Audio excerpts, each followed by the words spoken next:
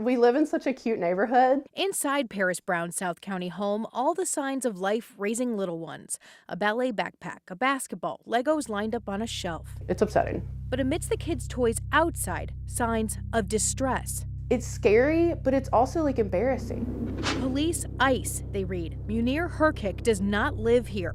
Who's that, you might ask? Paris herself had no idea until one night in June 2023. It was loud, and it's dark. And just like fists on the door, pop, pop, pop, pop. St. Louis County PD, open up, we have a warrant. And then we're looking for Munir Herkik. Where is he? Hands on their guns, Paris says police didn't seem convinced he did not live there. He's not here. This is the wrong address. And you've scared the dog, you've scared the kids, you've scared us. Please go. The Browns sent an email to PD the next day, hoping it was a one-off mistake. And then it happened again. And then it happened again.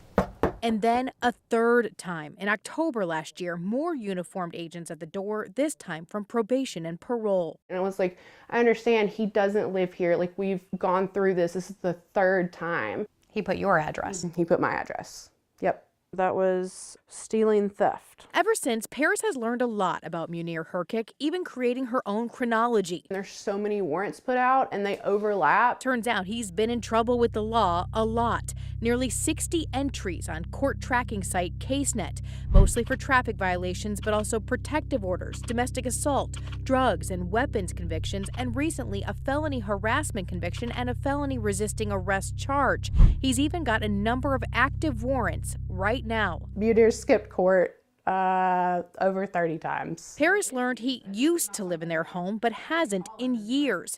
And while some court records currently list him at Paris's address, still others have him residing elsewhere. But when we visited those homes, the people there had no idea who he was either. It's just like a lack of due diligence, and it's disheartening. Is the fear growing? Yes, absolutely. Paris says she doesn't know Herkik's immigration status, but says his family are Bosnian refugees. His own Facebook says he's from a town in Bosnia. With recent aggressive enforcement by ICE and news of U.S. citizens or legal residents being arrested around the country, Paris says she's worried ICE might be the next agency to make the same mistakes. My ultimate fear is ICE busting down my door and hurting my family. Is that a legitimate concern that ICE could be the next one to show up? Sure, ICE is very active right now. Anders Walker with St. Louis University Law School says what's happening at Paris's house is sad, but unfortunately not all that uncommon. How would they not know where he lives?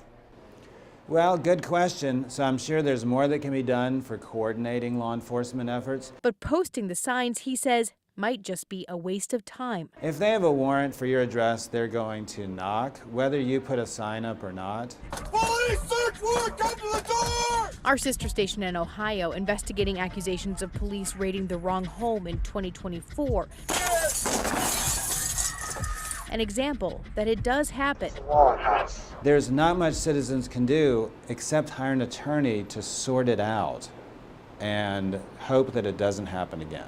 Does it make you wonder if it could happen to anyone? Yes. Yeah, because again, he's just put whatever and they're not checking them. Paris says she's tried reaching out to the courts, the police departments, even elected officials for help, but says she's gotten nowhere. I should not have to go back and forth between all these municipalities who should be communicating and just are not and are just shrugging their shoulders. Her kids, she says, her number one concern. I want them to feel safe in their house because this is their home and they deserve that.